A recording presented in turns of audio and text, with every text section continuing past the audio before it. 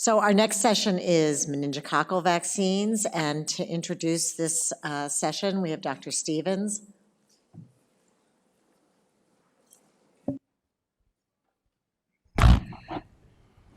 Good afternoon. I'm David Stevens. It's my pleasure to introduce the meningococcal vaccine session and also to chair the meningococcal work group.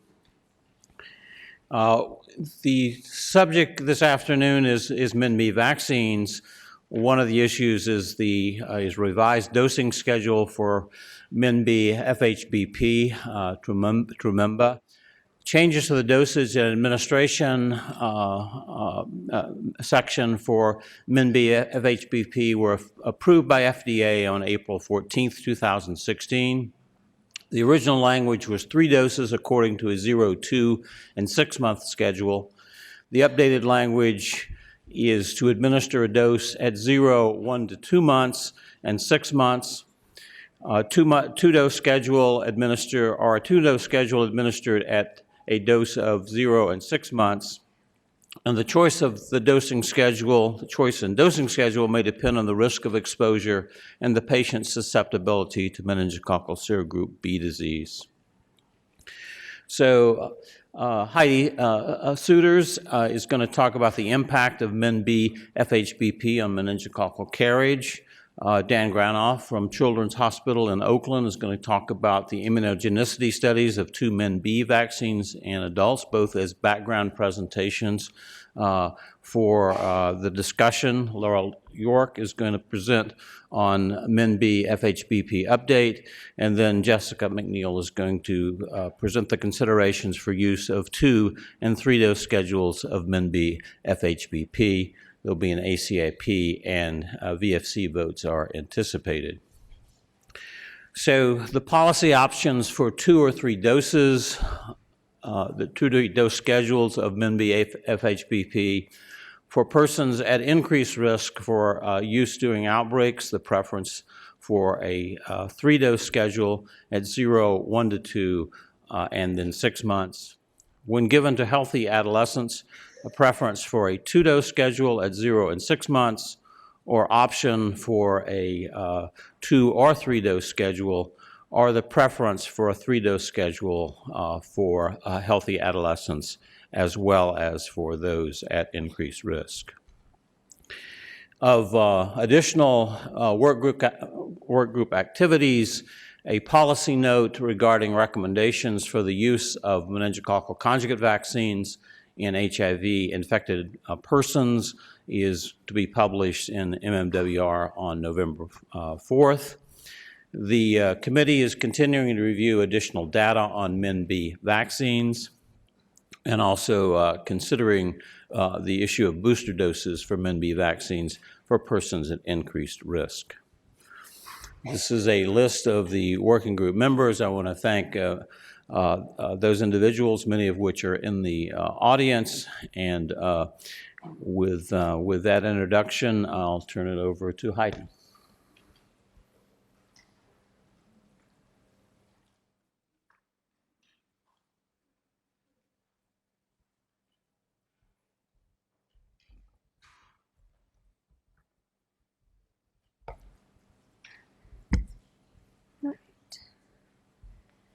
Good afternoon.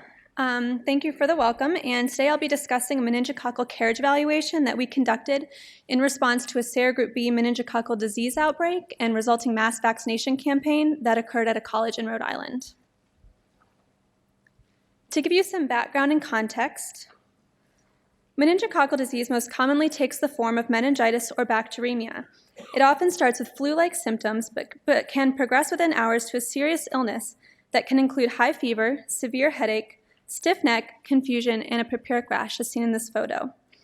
This disease has a 10 to 15% case fatality ratio, even with appropriate antibiotic treatment. 11 to 19% of survivors have permanent sequelae, such as cognitive deficits or amputations due to necrosis of the extremities. Meningococcal disease is caused by the bacterium Neisseria meningitidis, which is a gram-negative diplococcus. Invasive meningococci generally have a polysaccharide capsule surrounding the cell, which confers the serogroup. 12 different serogroups of meningococci have been identified, but only 6 primarily cause invasive disease.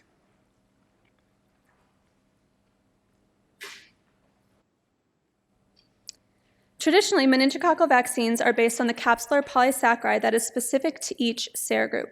Therefore, the resulting protection is serogroup specific. There are polysaccharide vaccines composed of purified capsular polysaccharide. Formulations include monovalent A, monovalent C, bivalent AC, and quadrivalent ACWY. There are also conjugate vaccines, where the capsular polysaccharides are conjugated to proteins such as tetanus or diphtheria toxoids. These vaccines achieve similar or greater immunogenicity and duration of protection than polysaccharide vaccines and are formulated as monovalent A, monovalent C, or quadrivalent ACWY. The conjugate quadrivalent ACWY, or MenACWY, vaccine is routinely recommended for adolescents in the US. This same approach of basing a vaccine on the capsular polysaccharides hasn't worked for serogroup B, because the serogroup B polysaccharide antigen is similar to human antigens, leading to poor immunogenicity and concerns about potential autoimmunity. As a result, serogroup B or MenB vaccines have to take a different approach and focus on outer membrane proteins. These antigens have multiple alleles and variable expression in different strains of the bacteria. Not all serogroup B bacteria will express the antigens that are present in a particular vaccine, and the serogroup B polysaccharide capsule, which is required for virulence, is not contained in the MenB vaccines. So unlike vaccines for other meningococcal serogroups, MenB vaccines are not expected to be protective against all serogroup B strains in circulation. Also, since they're based on outer membrane proteins and not on the serogroup-specific capsule, they may help protect against other serogroups as well. 2 MenB vaccines are licensed for use in the US, MenB FHBP, or Trumemba, and MenB 4C, or Bexsero. MenB FHBP is a 2-component vaccine containing an FHBP variant from each of the subfamilies A and B. It is given in 2 or 3 doses. Bexsero is a 4-component vaccine containing NAD-A, an FHBP from subfamily B, NHBA, and POR-A, and is given in 2 doses. In terms of transmission, meningococcal bacteria are carried in the human nasopharynx, and most carriers remain completely asymptomatic. Less than 1% of persons exposed to the organism develop invasive disease. The bacteria are spread through close contact, specifically via respiratory or oral secretions from patients or asymptomatic carriers. Important risk factors for both carriage and disease among adolescents include age, social mixing, and smoking. As the majority of transmission is thought to be attributable to asymptomatic carriers, decreasing carriage is the main way to provide herd immunity against meningococcal disease. Looking at what we know about vaccine impact on meningococcal carriage, in the UK, vaccines targeting serogroup C were shown to decrease nasopharyngeal carriage of serogroup C by 66% 1 year post-vaccination, thereby decreasing transmission and providing herd protection. MenA conjugate vaccine nearly eliminated serogroup A carriage. But our understanding of MenB vaccine impact on carriage is currently limited. The only previous study was conducted using MenB 4C and found an 18% reduction in carriage of any meningococcal bacteria and no effect specifically on serogroup B carriage by 3 months after completion of the 2-dose series. To date, no data has been published regarding the effect of MenB FHBP on carriage. In the US, 3 serogroups, B, C, and Y, are the primary causes of meningococcal disease. This graph shows the incidence of these serogroups in adolescents and young adults following the introduction of the conjugate MenACWY vaccine in 2005. While incidence of all serogroups is low, serogroup B in black is the leading cause of meningococcal disease in this age group. In fact, serogroup B caused 7 outbreaks on college campuses since 2009, resulting in 41 cases and 3 deaths. To give you some background on this particular outbreak at Providence College in Rhode Island, 2 cases of serogroup B occurred in undergraduate students on January 31st and February 5th, 2015. The cases resided in different dormitories and had no known epidemiologic links. Both were determined to have a rare sequence type, 9069, never before seen in the US, and both case patients survived. These 2 cases, among a population of approximately 4,500 students, indicated an attack rate of 44 cases per 100,000, nearly 500 times higher than the national incidence among persons aged 17 to 22 years. In response to the outbreak, Providence College rapidly implemented a mass vaccination campaign using MenB FHBP. The 3 doses were provided in February, April, and September of 2015, with remarkably high vaccination coverage of 94% with the first dose, 80% with the second, and 77% with the third. Incoming freshmen in the fall of 2015 were also offered to begin the series. CDC incorporated a meningococcal carriage evaluation into this vaccination campaign. It had 2 objectives: to determine the baseline prevalence of nasopharyngeal carriage of Neisseria meningitidis, and to assess the impact of MenB FHBP vaccination on carriage.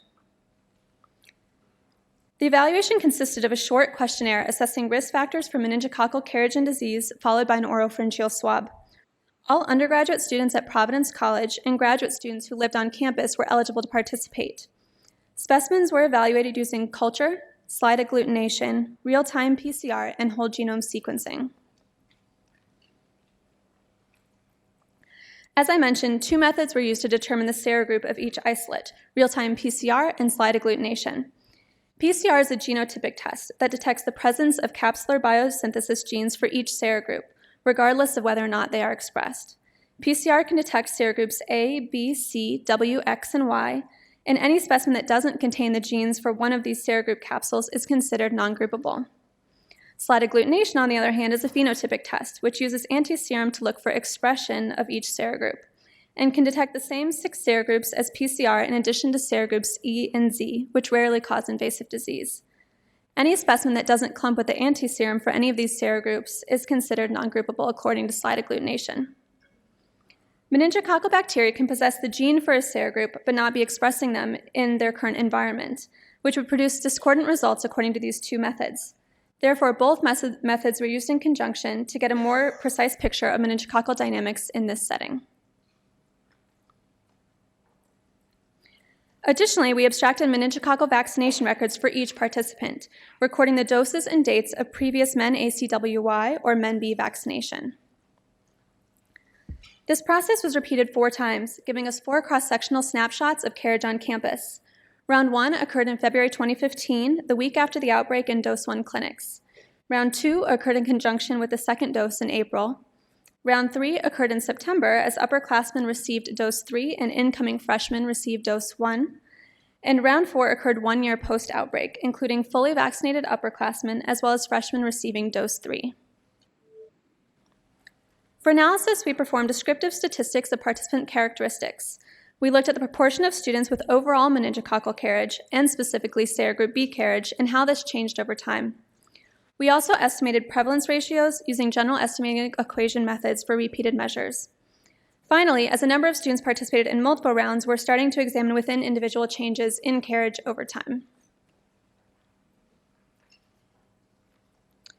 The number of participants in each round ranged from 622 to 878.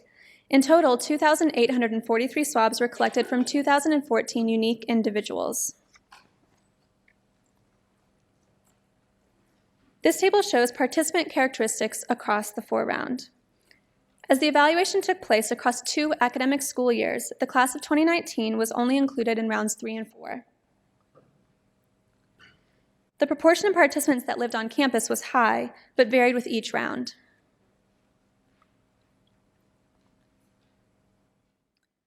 (34% to 42% of participants were male. Recent antibiotic use and recent upper respiratory symptoms were both highest during round 1, which took place during the winter. A high proportion of students smoked or had secondhand smoke exposure. And social mixing was common, as 67% to 74% of students reported visiting bars, clubs, or parties at least once per week.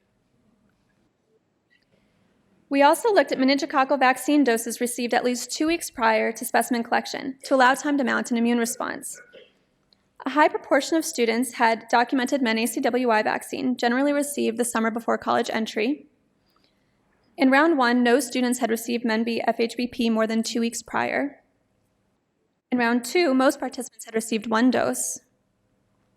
In round 3, most had received 2 doses. And in round 4, the majority had received either 2 or 3 doses. This table shows the proportion of students found to be carrying any meningococcal bacteria, and specifically serogroup B in each of the 4 rounds. In round 1, 24% of participants were carrying Neisseria meningitidis.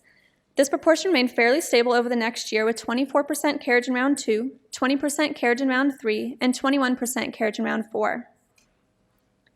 When looking at serogroup B carriage, 4% of participants carried serogroup B by PCR in each of the 4 rounds. By slide agglutination, just over 1% of students were carrying bacteria that expressed the serogroup B capsule in each round. This graph shows serogroup results by PCR over time. As with previous meningococcal carriage studies, most isolates were non-groupable, meaning the bacteria are unencapsulated and therefore better adapted for colonizing the nasopharynx. Serogroup B was the most common, and a handful of serogroups C, Y, W, and X were detected in each round. The next 2 slides show results according to slide agglutination. Again, the majority of isolates were non-groupable. Zooming in on the groupable isolates, we see that serogroup B was the most commonly expressed capsule, though serogroup E increased over time, and a handful of isolates expressed serogroup X, Y, C, and Z as well. Next, we looked at associations with carriage of any meningococcal bacteria. As compared with round 1, there was no difference for rounds 2 or 4, but round 3 had a slight association with decreased carriage. In comparison to the class of 2018, who were freshmen during the outbreak, the class of 2017 had the highest carriage prevalence. Male sex, smoking, and partying at least once per week were associated with increased carriage, while recent antibiotic use was associated with decreased carriage. Receipt of 1, 2, or 3 MenB FHBP vaccine doses was not significantly associated with carriage.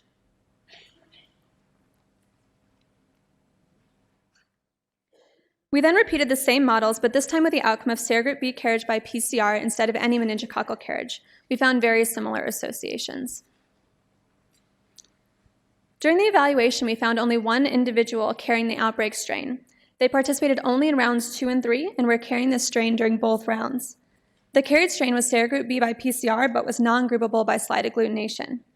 Whole genome sequencing revealed that this was due to phase variation in the capsule locus, meaning the bacteria were temporarily not expressing the capsule.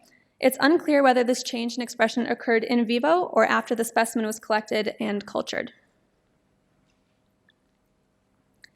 In total, 615 students participated in multiple carriage evaluation rounds. 71% were not carrying any meningococcal bacteria during any round. 14% were consistently carrying meningococcal bacteria during each round in which they participated, though not necessarily the same strain or serogroup. 8% were carrying meningococcal bacteria during one round, but then were not carrying meningococci during a later round. And 7% did not have carriage, but then acquired carriage that was detected during a later round. Of the 50 students who lost meningococcal carriage, 13 lost carriage after 1 MenB FHBP dose, 32 after 2 doses, and 5 after 3 doses. 45 students acquired meningococcal carriage, 20 after 1 dose, 16 after 2 doses, and 9 after 3 doses. Looking at serogroup B, 11 students lost serogroup B carriage, 2 after 1 dose, 8 after 2 doses, and 1 after 3 doses. And 10 students acquired serogroup B carriage, 3 after 1 dose, 4 after 2 doses, and 3 after 3 doses. In conclusion, in each round, 20 to 24% of students carried meningococcal bacteria, and 4% specifically carried serogroup B by PCR. This overall carriage prevalence is comparable to previously reported prevalences of up to 34% among university students in the UK.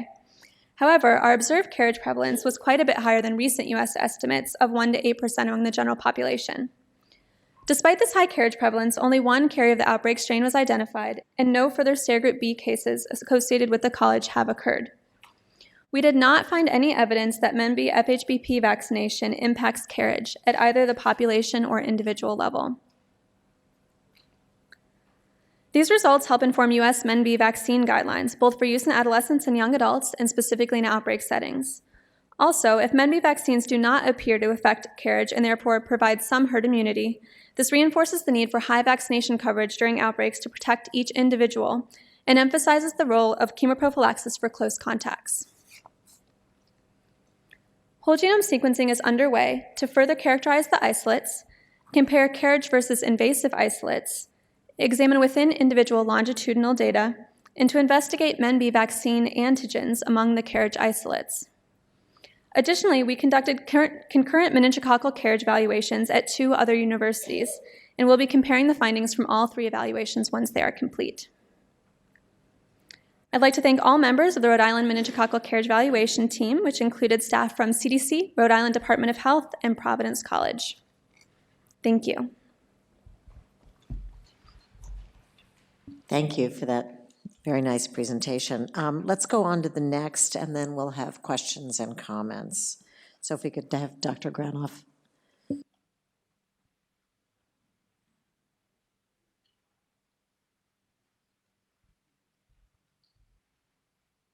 Good afternoon. I appreciate the opportunity to be here to present some of our data on the immunogenicity of meningococcal B vaccines.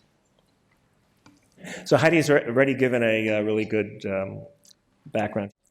So we're used to thinking of meningococcal conjugate vaccines where there's a target, the capsule, and there's very little antigenic variation within a capsule group. So typically we measure bactericidal against one strain. And bactericidal activity is really the ability of antibody and complement to kill the bacteria, and it's an accepted correlate of protection. But with MenB vaccines and these MenB strains and the protein vaccines, we're dealing with a lot of antigenic variation, as Heidi already mentioned. So there's sequence variation and there's differences in expression. And as a result, these can cause resistance of some strains to serum bactericidal activity. So we're a bit limited on how broad the coverage would be by just measuring bactericidal activity to a limited number of strains. So for efficacy, the vaccines that were licensed were based on a limited number of reference strains, and therefore there's certain gaps in knowledge, which include the extent of protection against more diverse disease-causing strains, and then the effective vaccination schedule and duration of protection. So what I'm going to tell you about are results from 3 MenB immunogenicity studies in adults. And I have to start off saying they were not designed to provide comparison data between vaccines. Each one tested one vaccine. They were performed independent of industry. I have no relevant potential conflicts of interest other than I'm a inventor on patents related to meningococcal vaccines. I'm going to start with the conclusions just so that when you're looking at the data, you could be thinking about them. Essentially, 1 month post-dose 2, both vaccines elicited protective antibodies titers of 1 to 4 or greater against most strains. However, I'll show you some strains are relatively resistant, despite prediction that they would be susceptible by sequence analysis and antigen expression. And after dose 2, titers can decline within 4 to 6 months, especially for strains with low antigen expression. So study 1 was of MenB4C or Bexsero. The 2 study sites, Oxford University and our group.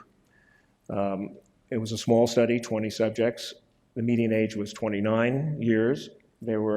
Majority were healthcare or laboratory workers, and we gave 2 doses either at 0.1 or 0.2 months.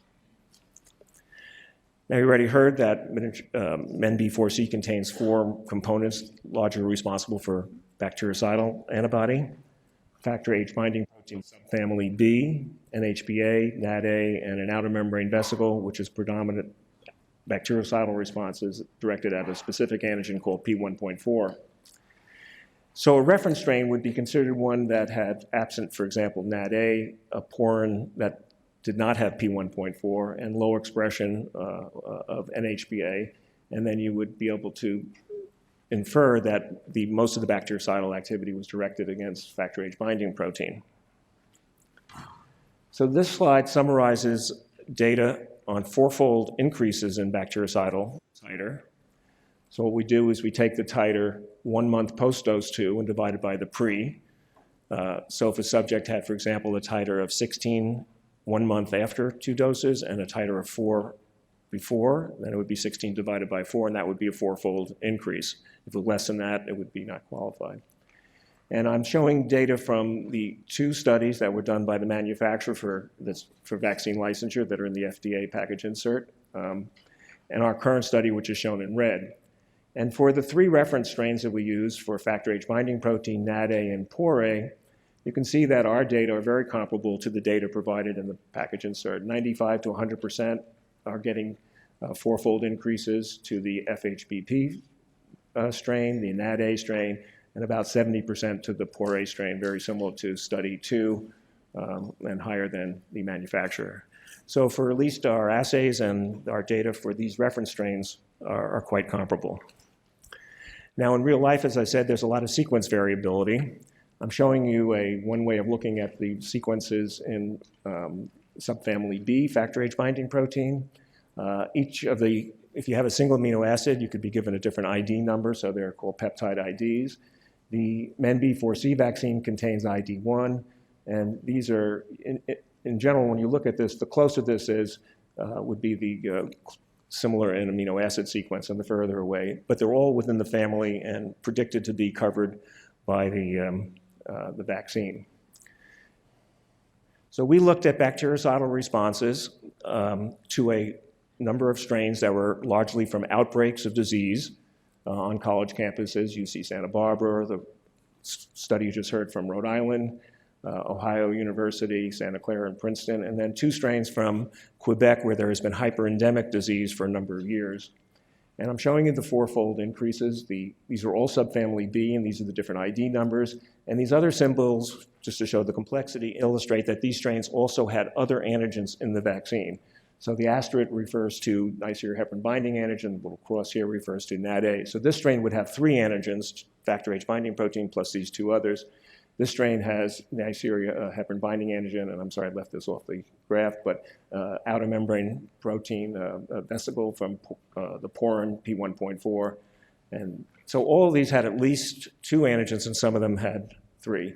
And yet the fourfold increases were very similar to the reference strain for where there was an exact match with ID1 to the vaccine, but the fourfold are much lower against strains with other factor H binding protein variants.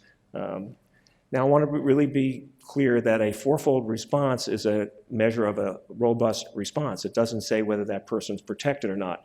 For example, if you went from less than 4 to 8, you would have a titer that's protective, but you would not be considered to have a fourfold increase. And I'm going to show you some data from Quebec, from the Quebec strain, where there was, 35% fourfold, and you'll see that most of the persons at 1 month post-dose 2 actually do have protective titers. So there's really 2 different measures, and my working model is that the proportion with 1 to 4 or greater is a good measure of short-term protection, whereas the fourfold response gives you a sense of the magnitude of the response, and it's likely to correlate with duration of protection. But again, this is a model. Now these are the data for the same sera looked at a group of strains with factor H subfamily A. So here the factor H binding protein is mismatched, and we're depending on these other antigens of the vaccine, NHBA, this strain. This strain would have 2 antigens, which would be NADA and NHBA, and so would this one. And you can see it's pretty uniform, even for the strain that actually is mismatched for all 4 antigens. And you're getting around 30 to 40% fourfold increases in bactericidal titer. Okay, study 2 then is with MenB factor H binding protein in adults. So this is a totally separate study of the Trememba. We have 2 sites, our own hospital and University of Massachusetts. The median age was a little older because we were dealing with all healthcare workers and laboratory people. And we used 3 doses at the recommended schedule at that time at 0, 2, and 6 months. And I remind you that there are 2 factor H binding protein antigens of this vaccine, subfamily A and subfamily B. The Pfizer nomenclature is B01, which is ID55, and A05 for the subfamily A, which is ID45. And you can see the relationship to a number of the other variants, and those are contained in the strains that we tested. So these are the data for 2 doses. I want to emphasize this is 2 doses of MenB factor H binding protein. Again, fourfold responses, 1 month post-dose 2 over the pre, the percent of subjects, and I made a little line at 70%. And you can see that for the subfamily A strains, many of them were more than 70%, whereas with the MenB4C vaccine, most of it was at 40%. So it seems that having a subfamily A factor H binding protein may have an advantage for these strains. Now, we don't have the Pfizer strains in our lab to actually test, but I'm showing you the data in the package insert, and we actually find very similar type responses for the 2 doses of this vaccine to the 2 subfamily A strains that were used by Pfizer. Now, with MenB factor H binding protein, we give a 3rd dose at 6 months. So these are the data showing the 4-fold responses after 2 doses and 3 doses. The 3 doses is the 1 month post-dose 3 compared to the pre. And with the 3rd dose, you can see that there's a significant increase for many of the subjects and for many of the strains, and most of them are in the 80 to 90% 4-fold increases. And again, our data are similar to what we reported for the subfamily A. Now for subfamily B, I'm showing you now data for 2 doses at the 0-2 schedule. And you can see quite a lot of variability. I'll just make one point here. This strain, happens to be a mutant that we included, and this is a low expressing mutant, about 50% lower expression than in the wild type. And you can see as you have lower expression, it really does affect the ability of the antibodies elicited by the vaccine to give you a robust bactericidal response. And these are the various university strains, and 2 doses are giving within the same range as the MenB4C. And I have the Pfizer data here, which are very similar to what was reported for the subfamily B strains. And a 3rd dose given at 6 months, you get a significant increase for many of the strains, almost all of them over 70% 4-fold. And again, the data are quite similar to what was reported.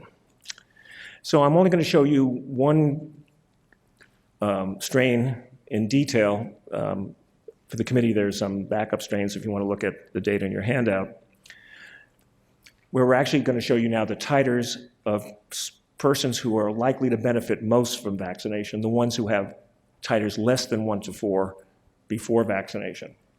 So this is data against the Quebec strain from MenB4C. So we had 13 subjects in the group of 20 that had titers less than 4.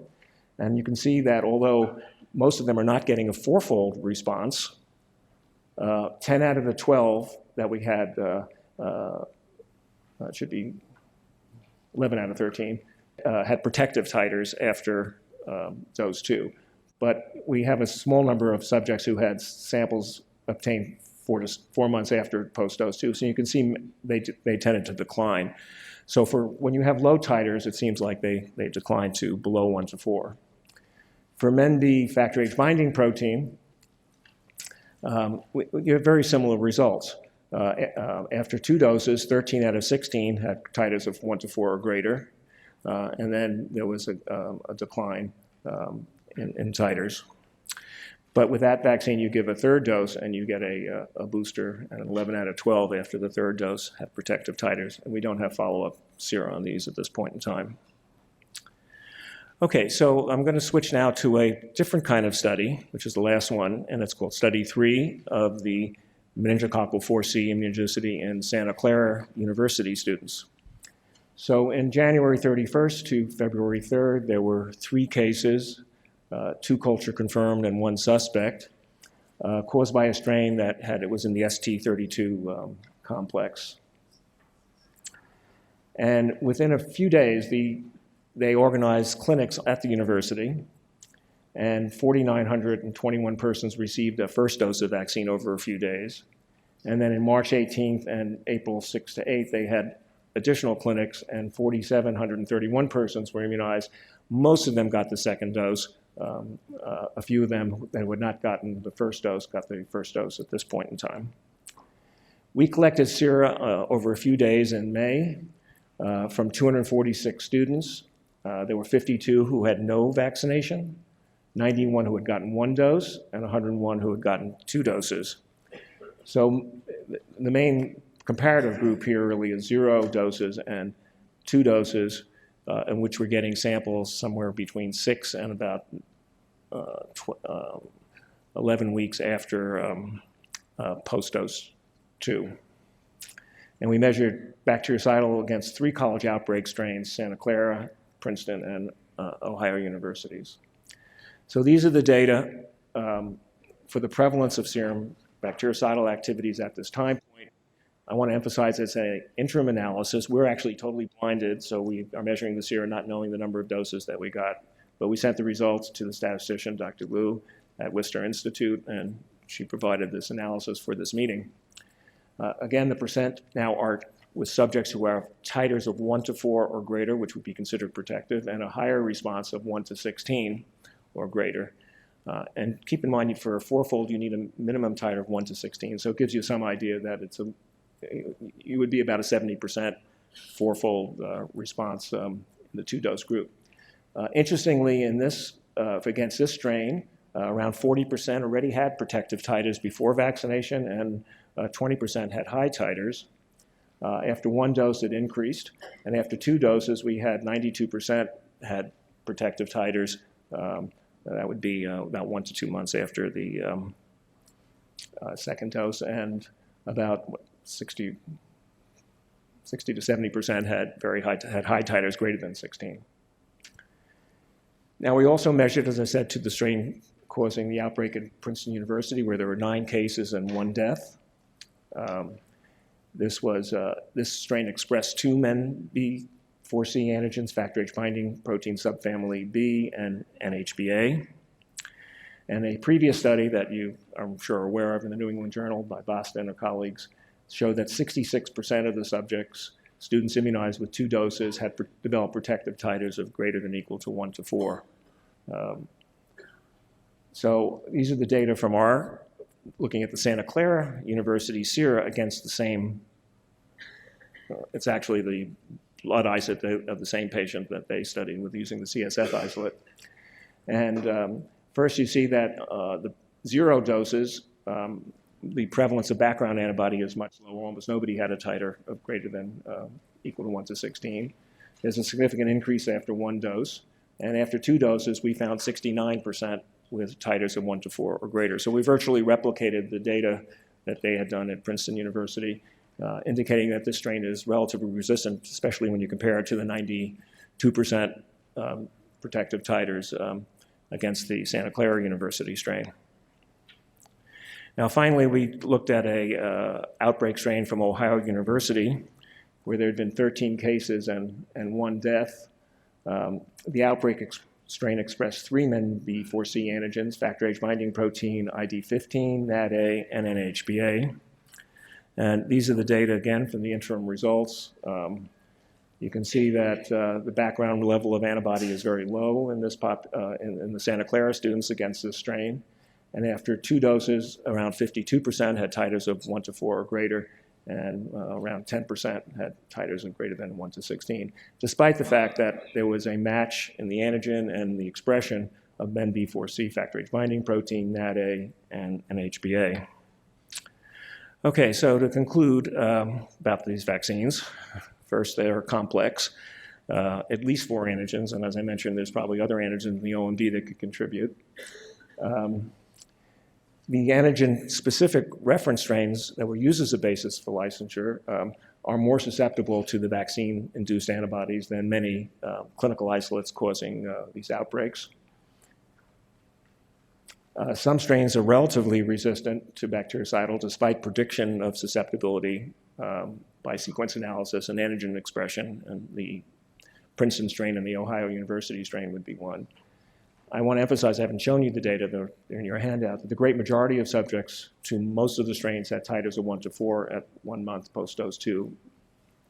But again, some of the resistant strains, those antibodies declined, especially when they were low-expressing strains of some of the antigens. So the MenB4 factor H binding protein, the 2 injection data I think are the most interesting, because we basically saw very similar, in some cases, like to the subfamily A, the factor H subfamily A strains, even a bit higher, fourfold increases in bactericidal as in the MenB4C. The great majority of subjects, again, though, even the ones that had resistant, were more than 1 to 4 at 1 month post-dose 2. Titers declined again against the low factor VIII finding expressing strains, and the recommended third dose at 6 months boosted titers.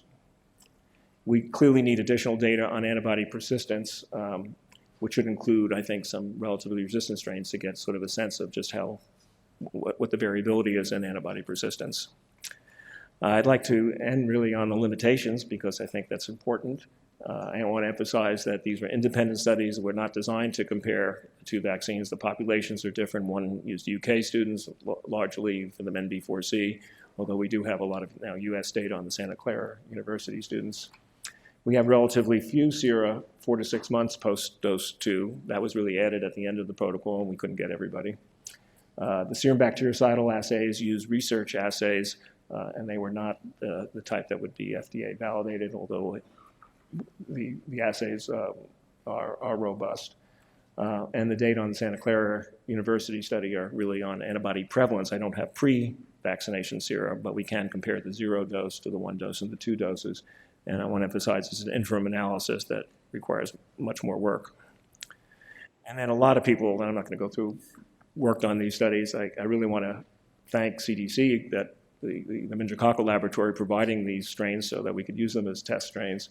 Sanjay Ram at the University of Massachusetts, who collaborated in the MenB factor VIII binding protein assay, and Andrew Pollard's group in the UK at Oxford. And, yep, can't go backwards. Yeah. And finally, the Santa Clara University involved quite a few people, particularly Kathleen Winter, who was really pivotal in organizing the study with the group in the health department and the university, and Eduardo Luzon, who performed almost all the bactericidal assays in this study and the others. I'll stop. Thank you. Thank you very much. Do we have questions for Dr. Souters or Dr. Granoff?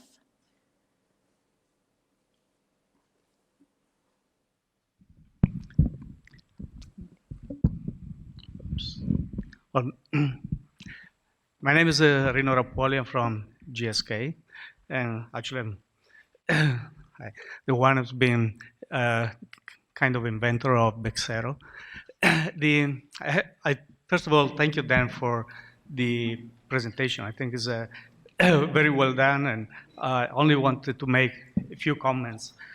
And I think, as you highlighted, the two vaccines, Bexero and Trumemba, are quite different. They are different antigen compositions.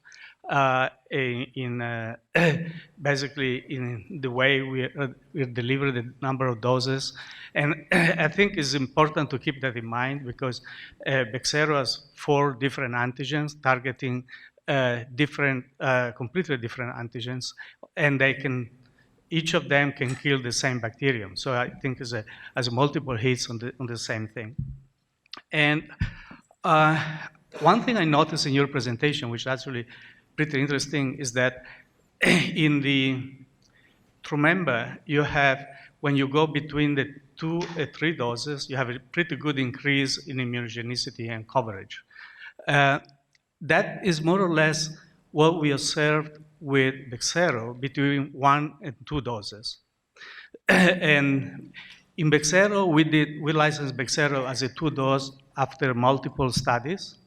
And in one case, during the phase 3, we also did 3 doses, and we did not see that kind of increase. So in Bexero, the increase in number of protected people increases between 1 and 2, while it looks like for Trumemba increases between 2 and 3 doses.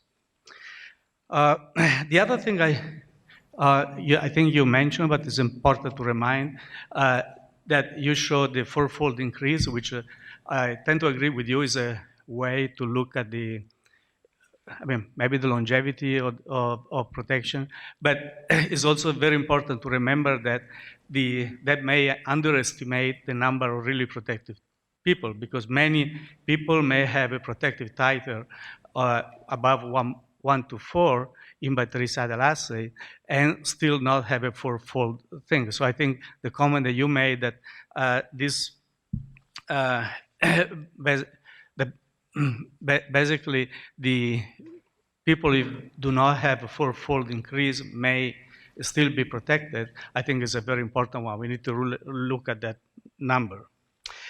Uh, Then the other thing I wanted to mention is that obviously all these serological things are very important, but they are always a surrogate for real data in the field. And that's what we've been missing during the development of vaccines for so long. In the case of Bexsero, I think we have two types of data.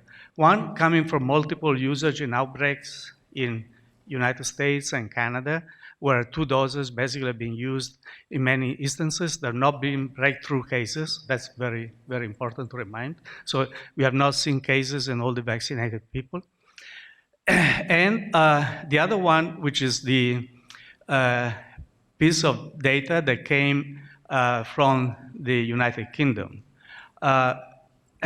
Bexsero has been used in infants in United Kingdom to vaccinate all the newborns starting September 2015, more or less a year and a month ago. 2 doses were used in infants. Now, as you know, infants are completely naive to meningococcus, so they are both difficult to protect in adolescents. In spite of that, 2 doses were used, and with 2 doses, we got an efficacy which was reported by Public Health England a month ago in a meeting in Manchester. They report an effectiveness of 83%. So basically, with Bexsero, we got effectiveness in the field in a very difficult population, which is extremely high. So I just wanted to share these things with you and with the panel. Thank you. Thank you. Other questions? Yes, Dr. Walter.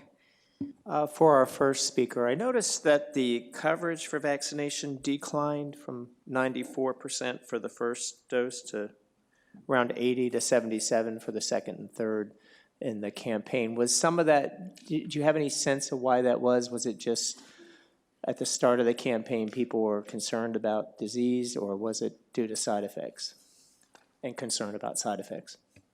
I think, well, I'll just say overall we've seen a drop-off in these MenB vaccine campaigns at a lot of the colleges that have had outbreaks. In this particular case, the school did something unusual, which is that they required all students to come to the vaccination clinics and they could sign declination forms if they didn't want one. So I think that's how they achieved really high coverage during the first round. They did continue to require it, but I think students kind of caught on that if they didn't show up, something didn't happen to them. So they had some sort of drop off over time. We didn't hear many, I mean, all the students, a lot of them experienced and mentioned sore arms, but I didn't hear students saying that that was a reason that they did not come back to get vaccinated. But at some of the other schools were doing some more surveys, asking questions about students' opinions about the vaccine and what's influencing their decision to get vaccinated or not. Thank you. Dr. Friedland. Yes, Dr. Friedland from GSK. Also about the first presentation, I'd like to congratulate the Rhode Island Meningococcal Carriage Group for undertaking such an important study. Certainly, the evaluation of the impact of meningococcal B vaccines, Tremembra and Bexsero, on carriage is very important. At GSK, we're committed to continue to evaluate the impact of Bexsero on carriage. We're in final stages right now of finalizing a protocol to evaluate the impact of Bexsero on carriage in over 30,000 individuals that will be powered to detect even small differences in carriage, which we think is very important. And we look forward to sharing these data with the committee as they become available. Thank you. What else? Dr. Belongia. Thank you. I wonder if you could just clarify a little bit about the titer of 1 to 4 as a protective titer. Can you tell us a little bit more about the basis for using that as a correlative protection? Yeah, that's a really, it's a good question and a long history for those who are not in the meningococcal field. But it goes back to Goldschneider study in the 60s, I think, and then published in the Journal of Experimental Medicine, in which they looked at military recruits. And they got serum samples at the time they started training, and it was a serogroup C outbreak. And then there was quite a few cases that occurred over the next few months. And then they retrospectively took the sera from the people who got disease, and then a sample of around 500 sera from people who didn't get disease, and a titer of 1 to 4 or greater, because they only took a single dilution of 1 to 4, essentially gave you about 95% protection against developing serogroup C disease. And then if you look at the people who lacked titers, so essentially almost all the cases were in people who lacked titers. They also had a colonization study going on, and they detected, I don't know, maybe 30 carriers. It's a long time since I read the paper, but about a third of those actually went on to get disease. So there's a really, at least with serogroup C, and this was natural antibody, it wasn't vaccinated. If you have a titer of 1 to 4, it really correlated with protection. And then there's many other studies that have inferred 1 to 4, looking at what's happened after introducing vaccines and trying to make the link for serogroup B and for these vaccines. Suffice it to say that collectively the data are pretty convincing that a titer of 1 to 4 does predict protection. A titer less than 4 doesn't necessarily mean you're susceptible, but was associated with all those cases. And this has been accepted then by regulatory authorities all over the world, including the FDA, as the basis of licensure. These vaccines were not tested in efficacy studies. They used the 1 to 4 and the fourfold composite to look at the immune responses, and that was the basis of deciding vaccination schedules and inferring efficacy for the vaccine. Thank you. Dr. Paradiso? Peter Paradiso, I had a question about the carriage study. It seems that often we when we look at a bacterial carriage in the nasopharynx, it seems like people generally consider that clearing the bacteria is totally different than affecting acquisition of new bacteria. And often when we see these carriage studies, it's really looking at blocking the acquisition of new bacteria. And I saw that you did separate those out in your study, but the numbers were very small. But on the other hand, in these kids who are 18 to 22 years of age, 20% of them or more had carriage that they had gained somewhere along the way, and probably based on the epidemiology when they were 14, 15, 16 years old. And so I guess I'm wondering whether there's an opportunity or whether there's any plan to maybe back up in the age group and look and see if you can stop acquisition in a younger age group before it builds up to the 15 or 16-year-olds, or if that's even feasible to do. We don't have any current plans to look at carriage in adolescents. I will say that we're starting to dig into the within individual dynamics in carriage over time in this particular population, and it seems like some of the students can carry for a couple of weeks, some can carry for a couple of months. We're trying to see if they're carrying the same strain or if it changes. So I'm not sure if they're actually acquiring some of these strains in adolescence and then bringing them to college with them, or if there's just a lot of circulation and transient carriage happening. We did look specifically at the freshmen, since the freshmen the year after the outbreak, because they came into campus the year after the outbreak, and they did have an increase of carriage. We saw them their first week on campus, and then again 6 months later, and we did see an increase in carriage in those incoming freshmen. Yeah, and I thought it was also interesting that these two vaccines are not really group specific completely because they're protein antigens, and looking at all of those strains for which you couldn't assign a group. You actually saw a little impact on that group, and that may be pointing towards a trend. I don't know that, but just a comment. Thank you. Dr. Maldonado, and then I think we'll move on.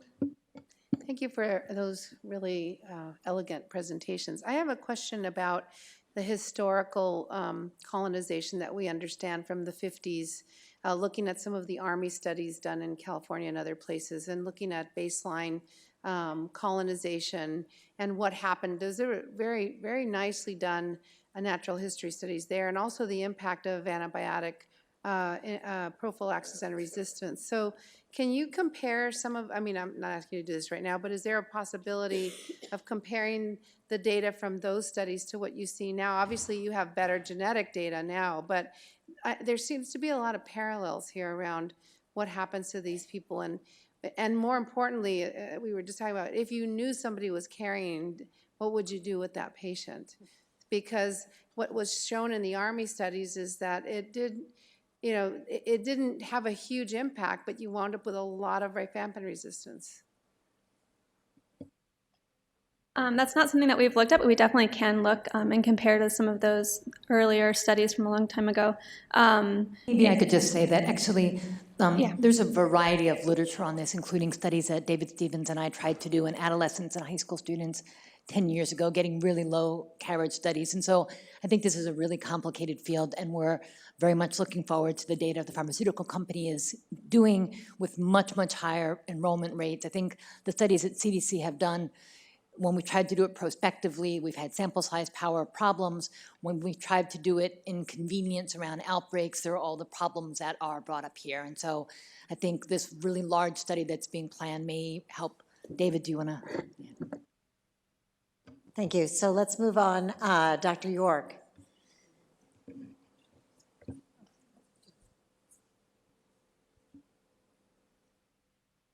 So while we're waiting for Dr. York, if I may, just to comment, I think one of the issues is that we now have a lot better typing systems and understands very specifically, for example, in the study, only one individual was carrying the outbreak strain, and I think that's quite a difference than what we knew about in those old military recruit studies.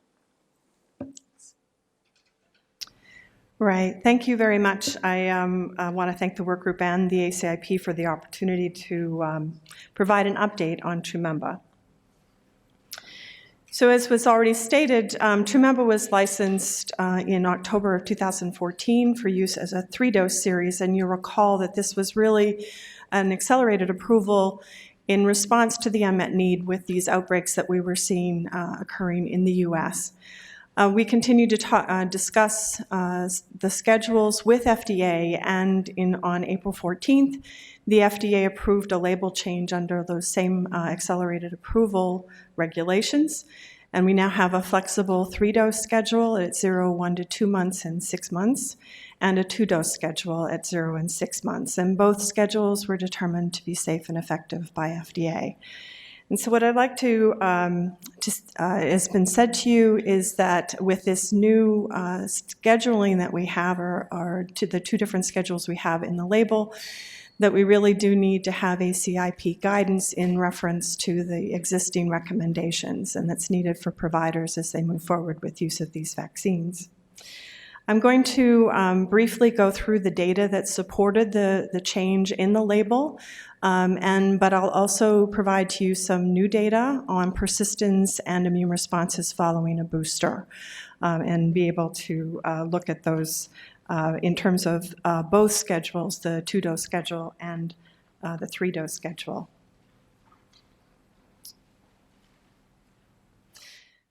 You'll recall that Trumemba is a vaccine that's, as we all know now this afternoon, based on a surface-exposed factor H binding protein, or FHBP.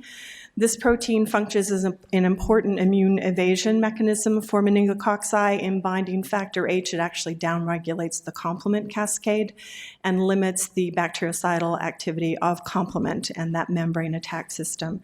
This protein is expressed on greater than 97% of the invasive MenB strains that we've looked at, and there's been a comprehensive evaluation survey of meninge isolates from 2000 and on, in fact, and these are invasive disease isolates in the US as well as several countries in Europe and in Canada.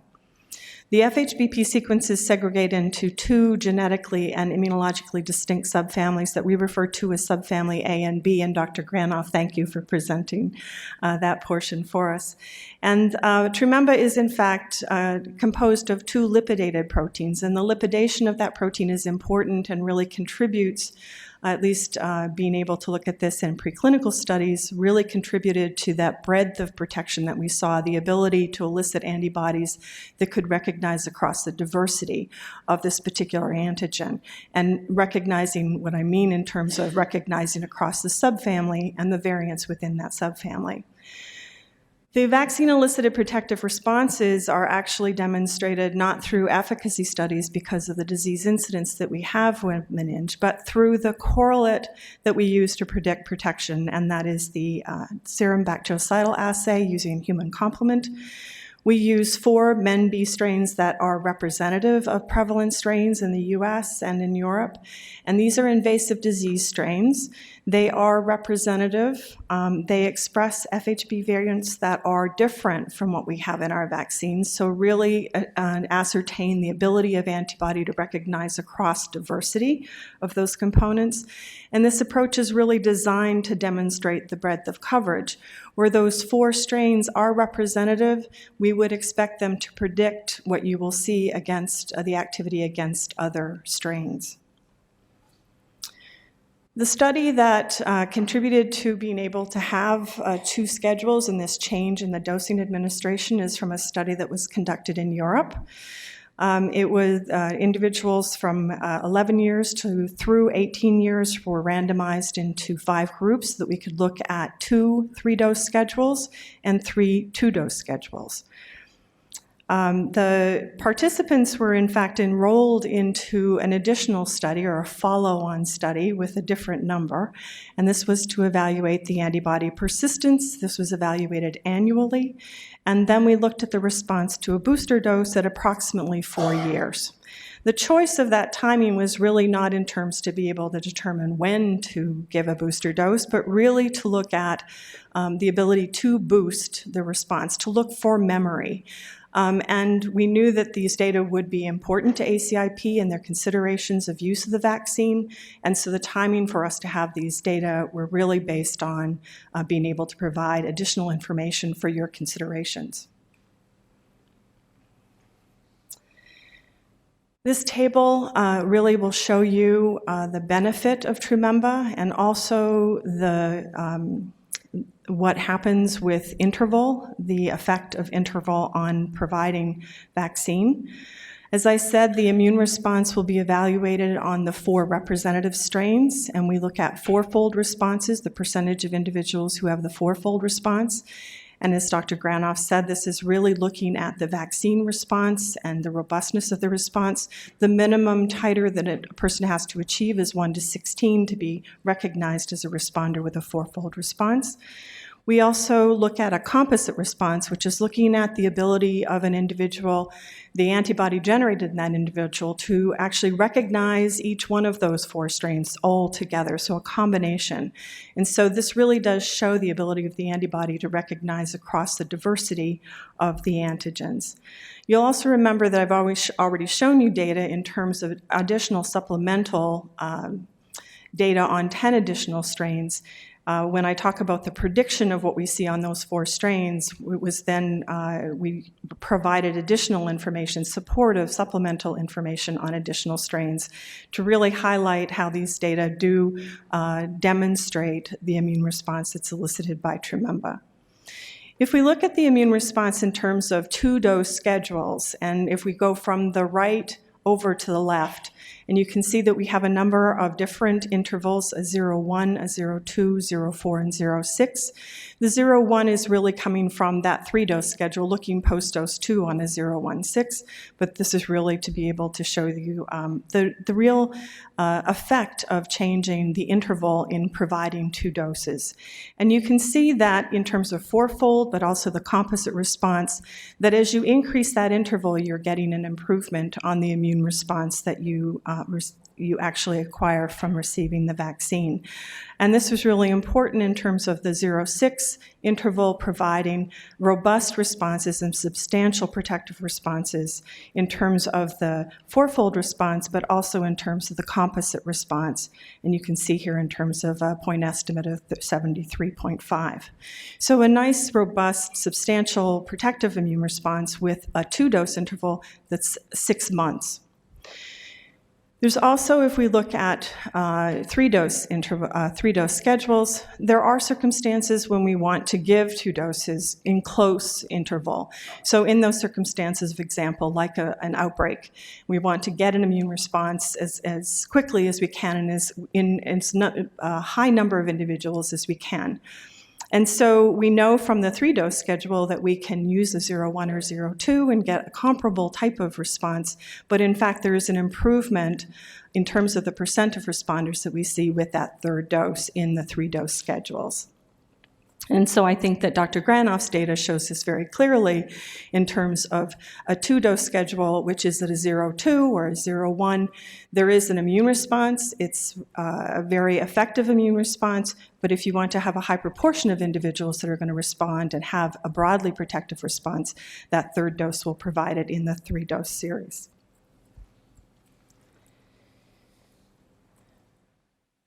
We also see this trend if we look at the response in terms of the percent of subjects who have an SBA titer of greater than 1 to 8, and in fact 1 to 16 on one of our test strains. Again, this is higher than the protective correlate of 1 to 4 that we accept from those studies that were done very early in the military. And again, you can see the effect of that interval, the range of response that we would expect to see providing an interval, a very short interval versus a longer interval of a 2-dose series. And then the 3-dose series also giving you a robust response, a high percentage of individuals, and a high range of response that we would predict to be seen against other strains, diverse strains.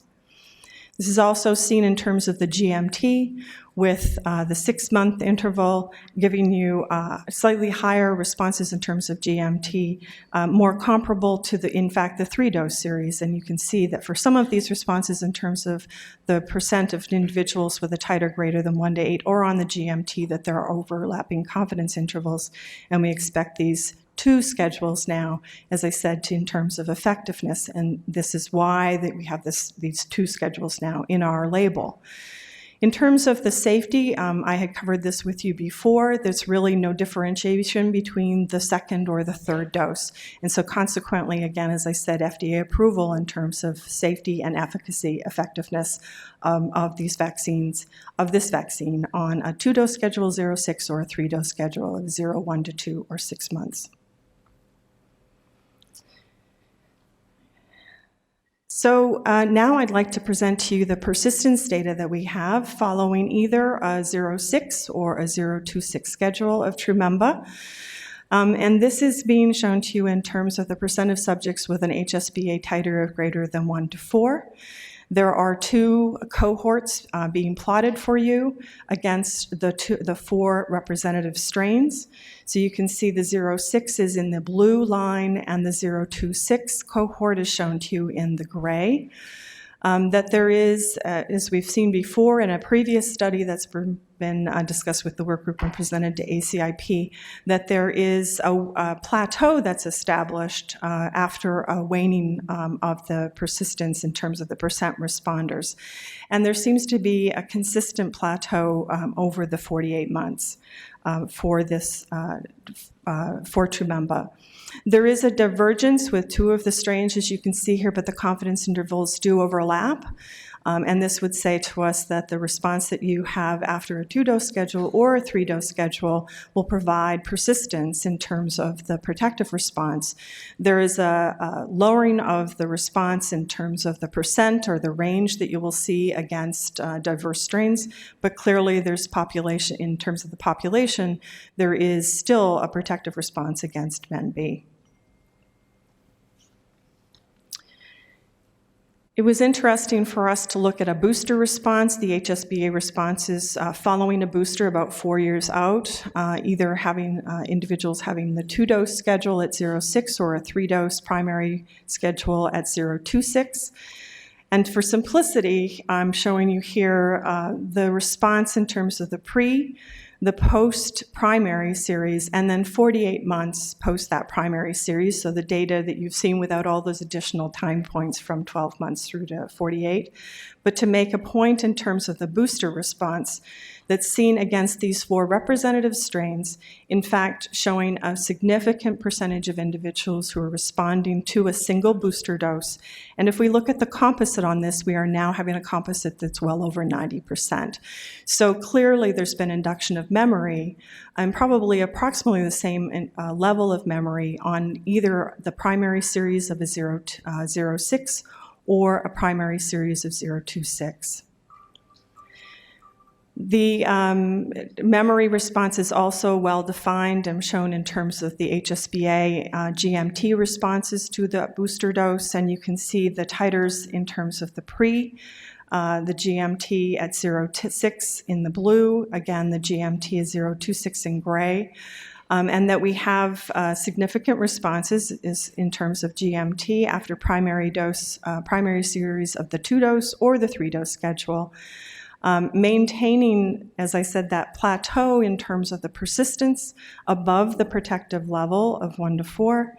And then post-booster, we're having a significant increase in terms of the GMT, which really demonstrates that memory response. In terms of the safety of a booster dose, we don't see a difference in terms of the safety profile, so there's nothing that's untoward in terms of receiving a booster for approximately 4 years post your primary series. So in summary, the FDA approval under accelerated approval regulations, we now have a flexible dosing schedule for Trememba, a 3-dose schedule at 0, 1 to 2 or 6 months, and a 2-dose schedule at 0, 6, and FDA seeing these in terms of being safe and effective. So either vaccine can be utilized to provide protection against invasive group B meningococcal disease in individuals 10 through 25 years of age. These data demonstrate that both schedules provide a significant benefit in terms of the breadth of coverage against diverse MenB strains causing disease.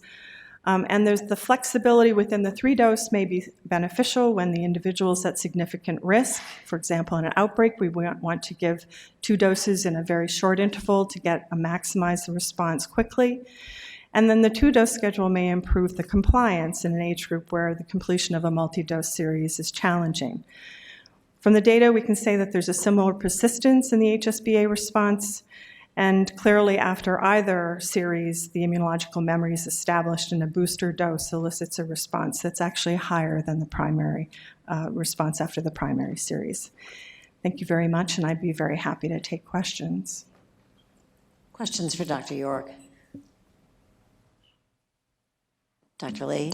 Just one quick question. When you received the FDA labeling and both schedules were determined to be safe and effective, at what time point was the effectiveness assessed? Was that 1 month post? This is always 1 month after the primary series, yes. And all the vaccines are licensed on that. And are there long-term follow-up studies that go beyond what you've shown us here? Not planned. We will, in fact, have another bleed in terms of after the booster dose, so we'll be able to come back with you with some data about a year out from that booster dose. So we'll see if there's the waning is less and then plateauing within that. Other questions? Seeing none, Ms. McNeil, on to considerations. Thank you.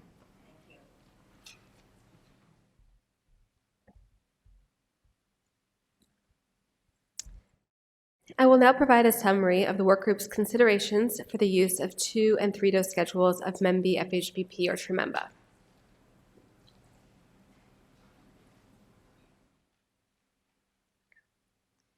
As a reminder, there are 2 serogroup B meningococcal vaccines licensed for use in the United States in persons 10 through 25 years of age. MenB FHBP contains 2 components and was originally licensed by FDA in October of 2014 for administration as a 3-dose series. MenB 4C contains 4 components and was licensed by FDA in January 2015 for administration as a 2-dose series. MenB 4C is also licensed in a number of other countries for use in persons 2 months of age and older.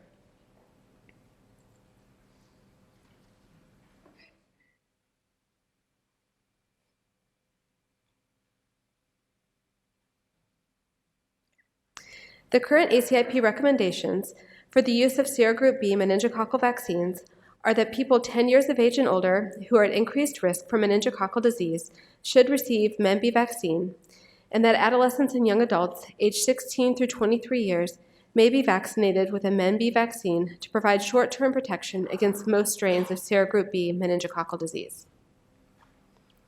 In both of the MenB policy notes, additional guidance is provided that states that the MenB vaccine should be administered either as a 3-dose series of MenB FHBP or a 2-dose series of MenB 4C, consistent with the original licensure of these vaccines. On April 14th, the FDA approved updates to the dosage and administration section for MenB-FHBP. Those changes are highlighted in blue below, and they allow for administration of both a 3-dose schedule at 0, 1 to 2, and 6 months, and a 2-dose schedule at 0 and 6 months. Additionally, the package insert now includes the following statement: the choice and dosing schedule may depend on the risk of exposure and the patient's susceptibility to meningococcal serogroup B disease. Today, I will summarize a work group's interpretation of the short-term immunogenicity data, antibody persistence, and safety data for the 2 and 3-dose schedules of MenB-FHBP, and then I will summarize the proposed policy option language and the work group's discussions. As a reminder, several dosing schedules were evaluated for MenB-FHBP, including 2 3-dose schedules and 4 2-dose schedules. Today, I will focus on the data presented for the 2-dose schedule at 0 and 6 months, along with the 2 3-dose schedules. Okay. Based on the short-term immunogenicity data, or immunogenicity 1 month following the last dose, among the 2-dose schedules evaluated, the 0-6-month schedule had both the highest proportion of responders in GMTs and is most similar to a 3-dose schedule. However, the proportion of subjects demonstrating a composite response to all 4 primary strains is slightly lower with the 2-dose schedule at 0 and 6 months compared to either 3-dose schedule. Similarly, for most strains, the GMTs are lower with the 2-dose schedule at 0 and 6 months compared to either 3-dose schedule. For some strains, the 95% confidence intervals around the GMTs do not overlap. Antibody persistence to the 4 primary strains is shown here for participants who received 2 doses at 0 and 6 months or 3 doses at 0, 2, and 6 months. The percent of subjects with HSPA titers greater than or equal to 1 to 4 to the 4 primary strains is similar through 48 months for adolescents who received either 2 or 3 doses of MenB-FHBP. In addition, the GMT responses to a single booster dose 4 years following receipt of either 2 or 3 doses of MenB-FHBP are similar. Finally, as has been presented to ACIP previously, the MenB vaccines are generally more reactogenic than other vaccines given during adolescence, and the most common adverse event reported is pain at the injection site. But overall, the safety and tolerability profiles are similar for both the 2 and 3-dose schedules of MenB-FHBP. So again, there are 2 serogroup B meningococcal vaccines licensed in the United States for persons 10 through 25 years of age, and ACIP does not express a preference for either vaccine product. The current ACIP recommendations for the use of serogroup B meningococcal vaccines are shown here, and no changes to those recommendations are being proposed today. However, because of the recent change in licensure for MenB-FHBP, during the remainder of our discussion today, we will focus specifically on MenB-FHBP in order to provide guidance from ACIP on when the 2 and 3-dose schedules of MenB-FHBP should be used. After reviewing the data, the work group discussed several different policy options. First, for persons at increased risk, including during outbreaks, a preference for the 3-dose schedule of MenB-FHBP is proposed. For healthy adolescents, there are 3 possible policy options: a preference for a 2-dose schedule, an option for either the 2 or 3-dose schedule, or a preference for the 3-dose schedule. Based on the discussions of the work group, there was agreement that ACIP guidance for which schedule to use in each population is needed. There was strong consensus in the work group to express a preference for the 3-dose schedule for persons at increased risk, including during outbreaks, to provide early protection and to maximize the immune response. For healthy adolescents, the work group's considerations included the following. When considering either a preference for the 2-dose schedule or an option of either the 2 or 3-dose schedule, the key considerations were that the persistence of the HSPA responses following the 2-dose schedule was similar to the 3-dose schedule, and the GMT responses following a booster dose were also similar. However, the work group did note that providing an option for either the 2 or 3-dose schedule does not provide explicit guidance to the physician on which schedule to use in healthy adolescents.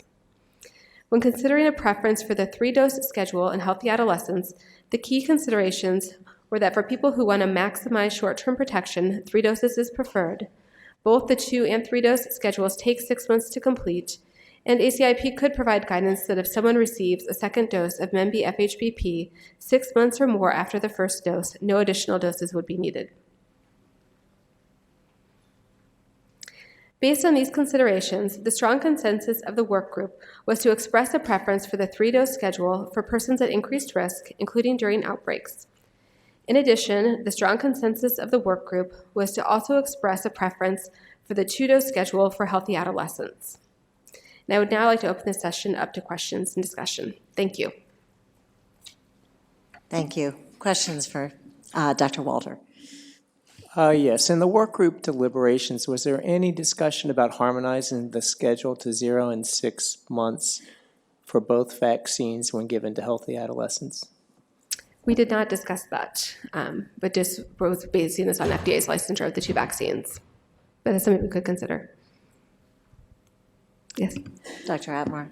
The data you showed us showed clear differences at 7 months, but in terms of the early protection, did you all have data that you didn't show us about immunogenicity or serum antibody levels at earlier time points? In other words, other than the benefit at 7 months, was there a benefit to receiving an extra dose at 1 to 2 months, say at 2 to 3 months, compared to not getting that dose?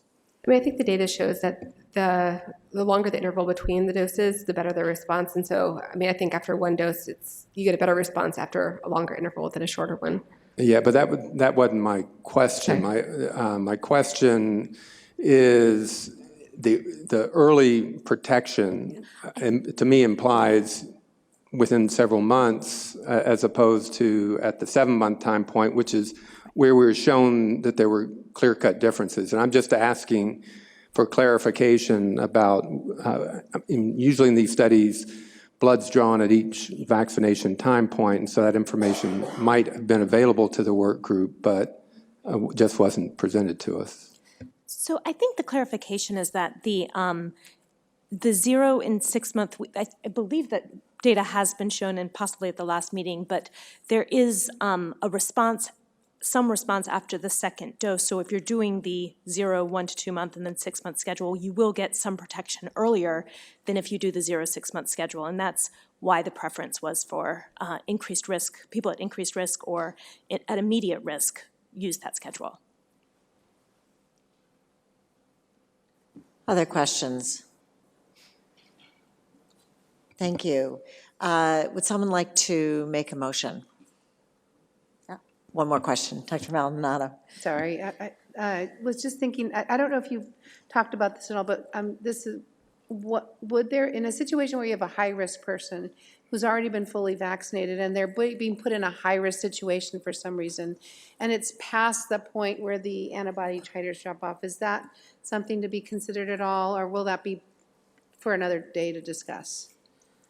Right, so I think that's for another day, but I think the next topic that we'll discuss is boosters for people at increased risk, and when would someone need to be reboosted if they were at increased risk? Thank you. Yeah, Dr. Zucker. Yeah, a New York City Department of Health. I just want to point out from a programmatic point of view that for our registries, this will mean that we'll schedule the MenB series at 0 and 6. So as long as that's understood, because there is a challenge of translating the ACIP guidance, into what our registries are going to tell providers to do. And most often they're going to listen to our registry, and they may not actually be stepping back and asking questions about whether someone's at increased risk. So as long as that's the intention, then I think that's fine, and we can actually translate that into actual guidance for the pediatric community. Thank you. Thank you. Okay, good. Just briefly, and Dr. Zucker may be able to explain, there's a good question. Actually, Dr. Hunter mentioned whether immunization registries would key the forecasting based off of the brand of the initial vaccine given, so that it would be keyed for 1 or 2 months if it were the different interval if it were Bexaro given first versus Trumenba given first. Yeah, so most registries can do that. It depends if we get a lot number. and whether or not they've actually reported it as a particular product, because it could actually come in as a MenB, sort of, NOS sort of product isn't specified for us. And that creates its own complications because this is one vaccine where we're not supposed to mix the brands. We are supposed to give two doses or 3 of the same brand of vaccine.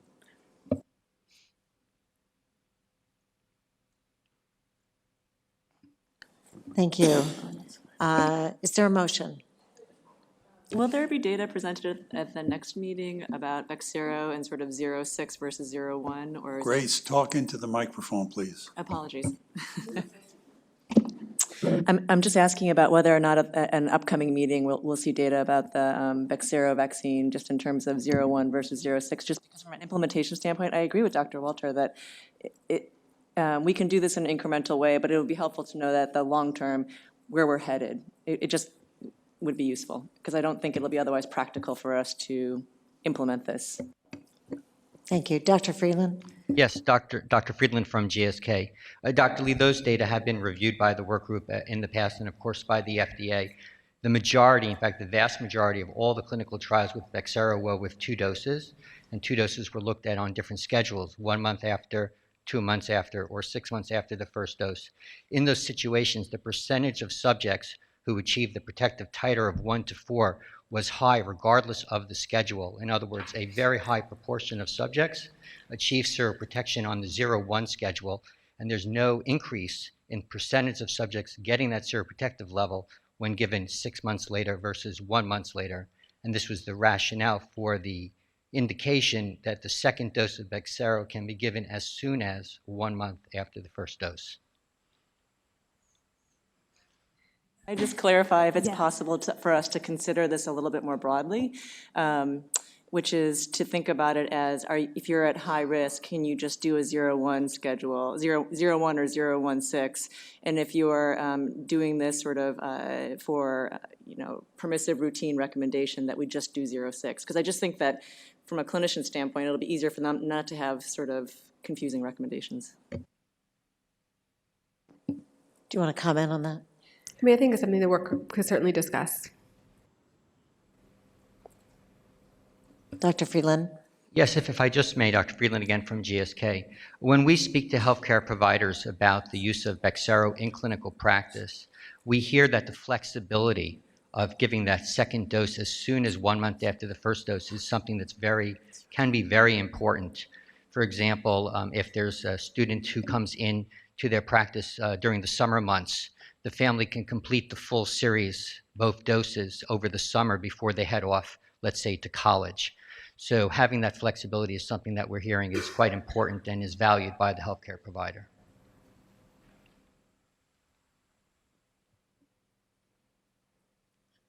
Dr. Middleman? Hi, Amy Middleman, Sam. I just want to make sure I understand this, because the policy, what's written here is, for persons at increased risk and for use during outbreaks, preference for a 3-dose schedule. Does that mean the working group has a preference to only recommend the 3-dose schedule, or that the working group is going to allow for either one, but a preference for the 3-dose schedule? I just want to make sure I'm understanding, because I would love to be able to still have the option for those healthy adolescents who want 3 doses to be able to get 3 doses and not be limited to 2 doses. Right, so the intent is for people who are at increased risk or during outbreaks that they would get 3 doses, so they could have that early protection. So that is the recommendation. So for healthy adolescents, is it that the recommendation is 2 doses, or the recommendation is a preference for 2 doses? Maybe I should just clarify that the work group doesn't make recommendations. So the working group is expressing their preferences for ACIP to make recommendations. Right, but is there preference for a preference, or is there preference for... Do they prefer to have a preference? I guess what I would say is that the vaccine licensure allows for clinician flexibility. I think that what we've gotten as feedback, and many of you have told me this around these recommendations, is that it's already incredibly confusing to have an A versus B recommendation and the 2 different vaccines and all the other places where clinicians are forced or have to know something in order to make a simple recommendation. And so I think there is a value I place on you all trying, if possible, to make a recommendation that is as simple as possible in this area, in a space that's already really complicated. So the ACIP can do whatever they want, but I would ask for a try at some kind of simplicity here. Thank you. Dr. Stevens? So the working group spent a lot of time on this question and trying to wrestle with this question in terms of whether we're preferring a specific 0.6 or an option. We kind of came to the conclusion that we would create more confusion with a mixed signal in terms of you can do either one. And I think that the data would support, at least in the view of the majority of the working group, the 0.6 schedule for healthy adolescents not at risk in a routine administration setting. So I think that was and it's been a lengthy discussion on the part of the working group with a number of straw votes, as Jessica can attest to. Dr. Kemp? So a follow-up, I mean, where the rubber meets the road is insurance companies will or will not cover 3 doses for healthy adolescents. I guess that's an implementation issue. Is this the ACIP saying either are okay, but we have a preference for one? Or is it saying we're making well, it doesn't sound like we're making a recommendation for one. Is that right? Because I mean, I think that the AHIP representative is actually not here, but on the phone, and I invite him if he wants to comment. Remember, there are 2 places where this hits decisions about coverage, and one of them is a VFC vote, which ACIP has the power to make, but it is purposely separated from your recommendation because it's meant to be a second step. And then there is ACA. ACA is set up so that it is driven by what's on the immunization schedule, which is different, separate, and a discussion that we'll have tomorrow morning when you actually look at the schedules themselves. It doesn't actually have to be on the colored bars on the schedule. It can be in one of the footnotes. But the ACA language says that what is covered is what's on the immunization schedule. And if AHIP wants to comment. So let me push this a little bit and suggest that we actually put a motion on the floor because I think that might clarify this a little bit. Would anyone care to make a motion that covers these recommendations? So this is Stevens. Thank you. I think the motion would be for persons at increased risk, and it's stated here, for use at increased risk or for use during outbreaks, a preference for a 3-dose schedule at 0, 1 to 2, and 6 months, and in healthy adolescents, a preference for a 2-dose schedule at 0 and 6 months.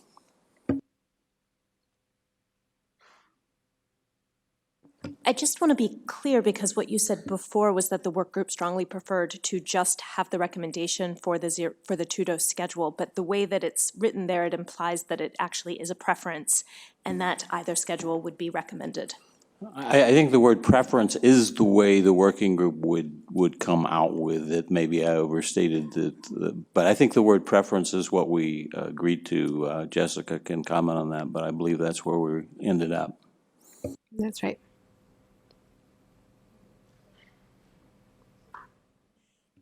This is a uncharted territory for us a little bit. We've had this issue around preferences previously, and it is very difficult in the implementation phase when it's stated as a preference. And so I think we need a little guidance perhaps. I actually think that maybe one of the problems, and we're coming up on our break, so maybe we can do it during the break, is we typically put up language. And so I think it's a little hard to have this conversation virtually, but a preference does imply that you all are okay with any of those groups getting either schedule.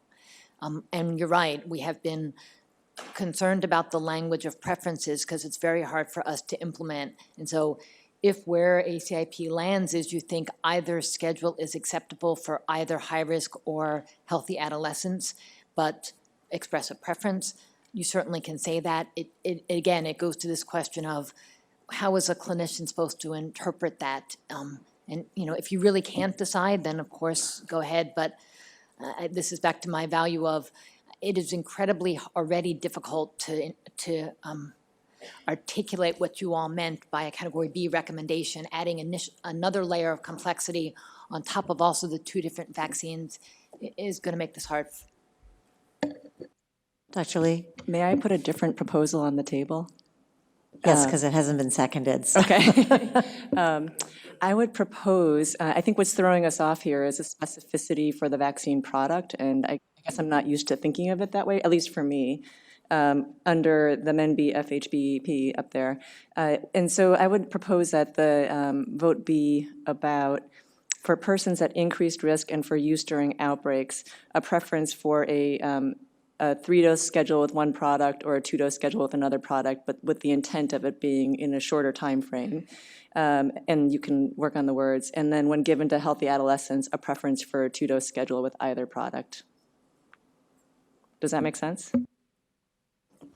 Dr. Kemp? Alternatively, I think it should be a recommendation, because I think this is just problematic. And I think we're compounding the degree of complexity. I think that particular statement should be a recommendation.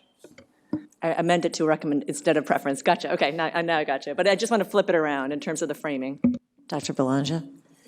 Yeah, not to beat a dead horse too much, but I think there's a difference between recommendation and preference, and I think it'd be most clear for clinicians if ACIP says that we recommend a 2-dose schedule for healthy adolescents. May I suggest, again, if we're coming up on a break, if you finish this conversation, we can perhaps draft some language in the however long you can give us for break and then put something back up. And David, is that, yeah. Dr. Moore?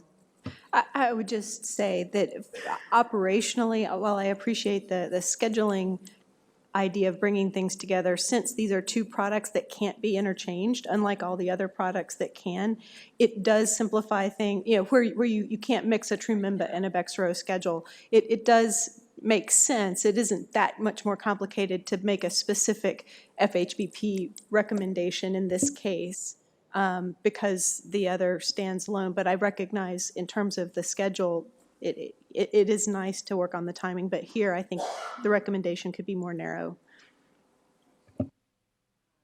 Dr. Middleman, and then I think we will take the advice of our subject matter experts and take a break to craft wording for this. But Dr.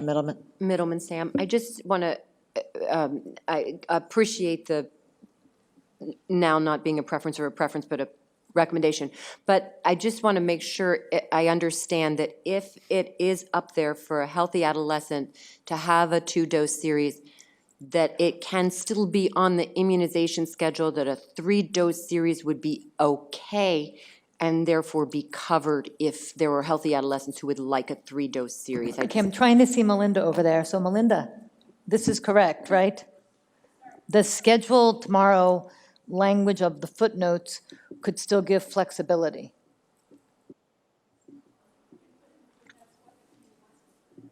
Melinda is saying that, the discussion tomorrow around the schedule still gives you flexibility about what to put in the footnotes.